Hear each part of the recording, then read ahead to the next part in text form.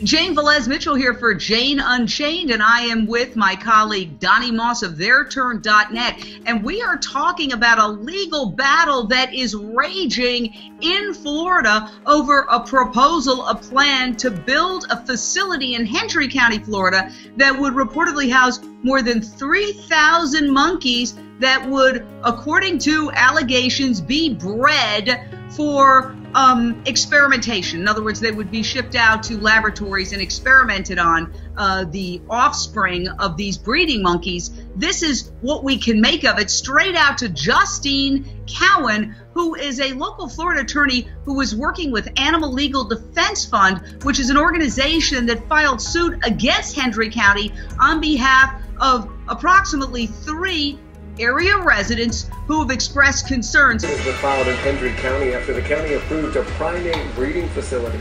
The Animal Legal Defense Fund filed a lawsuit on behalf of Hendry County residents, citing concerns about the potential spread of Ebola. The facility could hold as many as 3,200 long-tailed macacos, which have been linked to Ebola. Reports show Hendry County approved the controversial project behind closed doors, with only the facility's supporters present for that meeting. Justine, where does this lawsuit stand now, if I may ask? There's going to be a hearing in early March in which the judge is going to consider a claim by Hendry County that this lawsuit should be dismissed because they never violated what we call the Sunshine Law, which is the open government law that this lawsuit was filed under. What is your argument? What is the argument laid out in the lawsuit by Animal Legal Defense Fund on behalf of these 3 local residents who say they've got some real concerns and that they weren't allowed to participate in the process? Well, the fundamental principle that is underlying this lawsuit is that of open government, and that the government should operate in the sunshine is a term that's commonly used. And that there shouldn't be secret meetings behind closed doors and decision-making without the public being fully informed and involved in the decisions that are going to impact them. In fact, that's really a fundamental tenet of our democracy. And because of that, Florida, along with probably just about every state in the nation, has a sunshine law which prohibits counties and other government agencies from doing backdoor decision-making. And in this case, the Hendry County officials approved the primate facility without bringing it out to the public, and instead had a backdoor meeting that allowed it to proceed. And according to published reports, local reports in that area, they haven't even denied that. They've simply said, well, we really didn't need to do that. What's your response to that? Well, in fact, they filed a motion with the judge seeking to have our lawsuit dismissed on a technicality that isn't even valid under the Sunshine Law. I mean, they don't deny that the proceedings took place behind closed doors, that the public was not informed. They just say, well, we didn't have to do that. So they're completely admitting the fact that this took place behind closed doors. Well, considering that this is an issue that concerns a lot of people, there's been a lot of press report on this. Numerous reports about this controversial proposal. What is your reaction to their claim that, oh, we didn't have to inform the public? Well, the Sunshine Law in Florida is quite clear that whenever government officials make major policy decisions or take what we call official acts, they have to inform the public.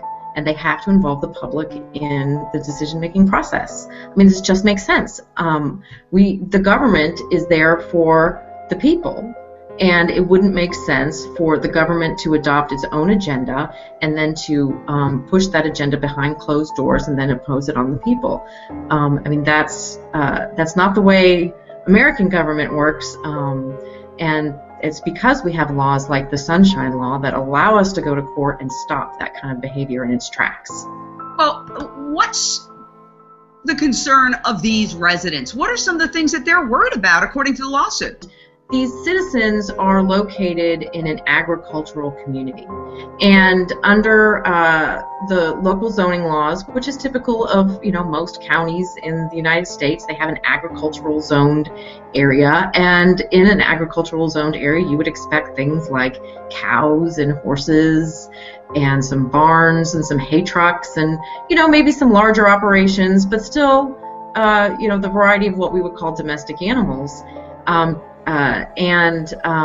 Here, the citizens had a right to expect that that's the only thing that would be in their neighborhood, but then suddenly it's going to be thousands of monkeys that have already been declared by a court in Florida as a wild and exotic animal.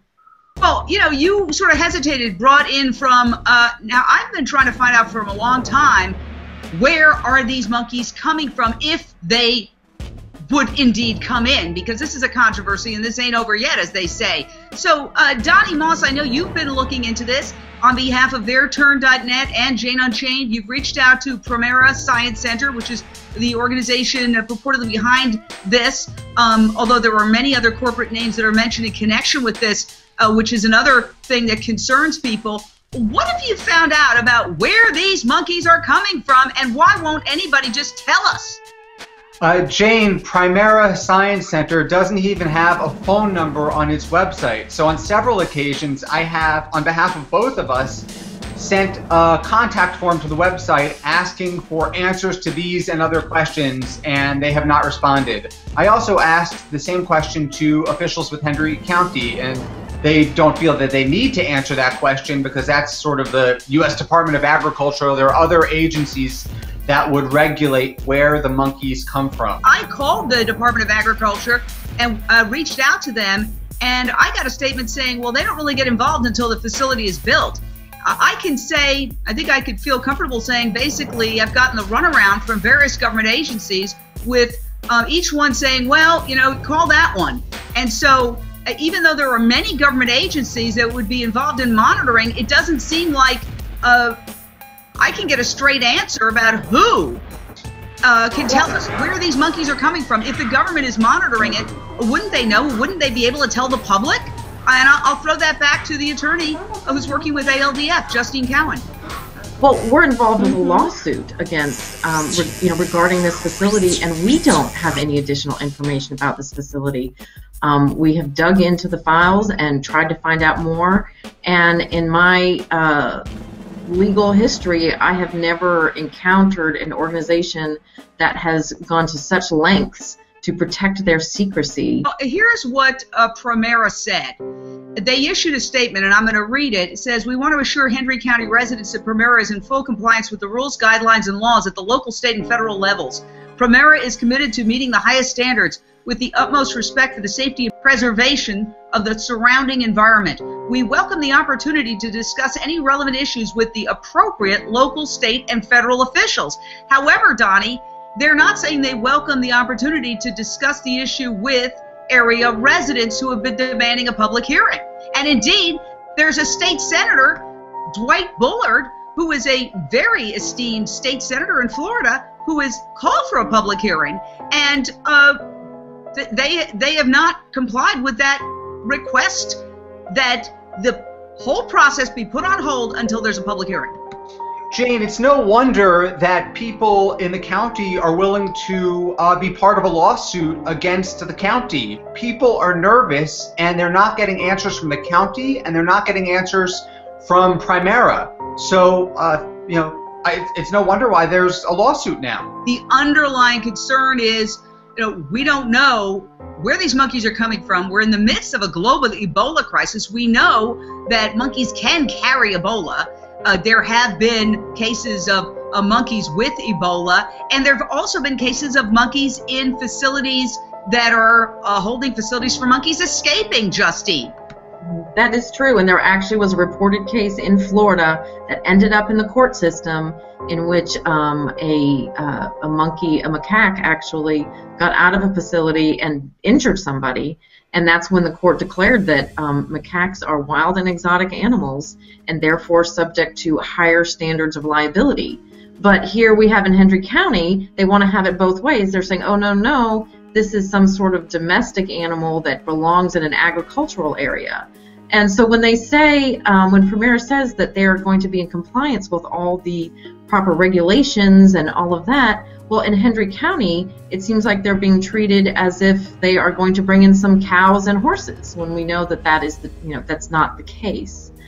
But one thing that strikes me is why exactly, when the public reaches out and asks for more information and asks to be heard, is the response that county officials and this company that's bringing these in just buckle down as tight as they can, and instead of fulfilling their responsibility to the community. And I know that Animal Legal Defense Fund had written to Florida Attorney General Pam Bondi asking for an investigation, and I have reached out to the Florida Attorney General's office because this was long before the lawsuit was filed. It was many months ago, and I know that Pam Bondi, as Florida Attorney General, makes a big point of saying that her first priority is public safety.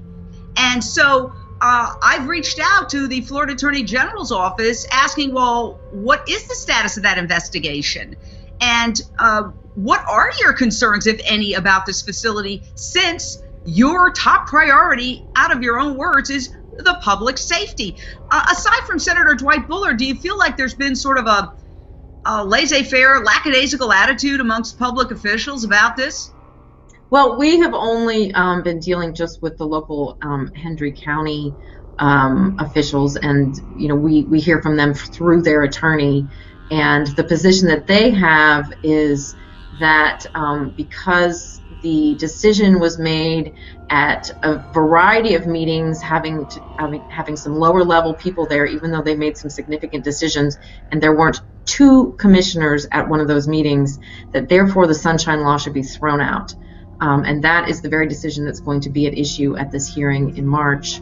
Do you think there's any validity to that argument? Oh, there's none whatsoever. The Sunshine Law is quite clear in what it's supposed to protect, and that is it's supposed to ensure that government officials who are making decisions that are important, significant decisions can have to do that in the light of day. Whether or not there are two county commissioners, or whether or not the meeting takes place at 10 o'clock at night, or whatever it may be, that's not the relevant inquiry. The relevant inquiry is what kind of decision is being made, and was the public adequately involved in that decision making? And the answer to both of those questions is no. Well, let me say this. I've covered criminal cases in Florida, for example, the Casey Anthony case, and I learned that Florida, the Sunshine State, has a very vigorous Sunshine Law. One of the reasons we were able to see all the jailhouse communications, the videotape between Casey Anthony and her parents and Casey Anthony and other visitors, and get all sorts of documents that are often kept hidden from the public prior to trial, is because of the Florida Sunshine Law. So do you think that works in your favor, Justine? Absolutely. Florida takes the Sunshine Law very seriously, and courts have uniformly held over and over and over again that this law must be interpreted for the benefit of the public at large, and not for the benefit of the county commissioners or some company that wants to locate a facility here. It's about the public and their right to know what's going on in their own neighborhood. And when you think about it, this is really a property rights issue too. These people own their property, care about their neighborhood, and made decisions to live there, many of them for the rest of their lives, based on their understanding that the nature of their community was going to remain relatively unchanged. And a dramatic decision was made to impact their lives, and they weren't involved in the decision. I covered a similar controversy that involved Puerto Rico. There was another company that wanted to build a very similar facility to breed monkeys, to then distribute them for experimentation, and that was in Puerto Rico in a town called Guayama. And what happened was that the facility, according to reports, was actually pretty much built, and the legal battle ensued. A Puerto Rican state senator got involved. It went all the way up to the Puerto Rican Supreme Court, and it turned out that the facility was not allowed to open, that the Puerto Rican Supreme Court said they did not follow proper procedure. So do you feel that there's any kind of parallels here or not? Things that we thought we'd never be able to achieve, we can. if you take, sort of on a related note, the NIH has been conducting these horrific maternal deprivation studies with infant monkeys, and none of us ever expected 4 members of Congress to send a letter to the NIH demanding answers for why these cruel studies have been performed for the past 30 years, these useless studies, and that could bring an end to the funding of these studies. So you never know what's going to happen, but what we do know is that we have to take action if we want to see change. And I think the question we all have is, what can we do? Right, and I think that that is an aspect. Now, I will say that Primera has said that one of the reasons that they're remaining secretive is that they're concerned about animal rights extremists. Now, you know, this is a free country, and one of the things that we cherish most, along with sunshine laws, is freedom of speech. And to ask questions about a proposed facility is certainly not being an extremist. It's simply asking questions, which is my journalistic responsibility as a reporter and my constitutional right as an American citizen. So, Justine, do you buy that argument that they've kept a lot of things under wraps that would normally be laid out right there for everybody to see because they're worried about so-called extremists? That's just a red herring. I have not had any indication, even the slightest indication, that there is any problem with anyone acting inappropriately in this matter. The plaintiffs in this case are local residents that just want to know what's happening at the adjacent property. And, you know, if every time in this country that you actually want to know what's happening on the, you know, next door, you're going to get told, well, nope, we can't do that because there might be extremists out there somewhere. I mean, that's not really an appropriate response. And, you know, they're also proceeding at their own risk. The parallel with the Puerto Rican case is that, and I see this happen over and over again, is that companies will dig in and refuse to follow proper procedures and thinking that they're going to win, and then at the end they don't win, and then they have to go back to the drawing board when all they should have done in the first place is just respond to the reasonable request of the public to know more about what's going on in their neighborhood.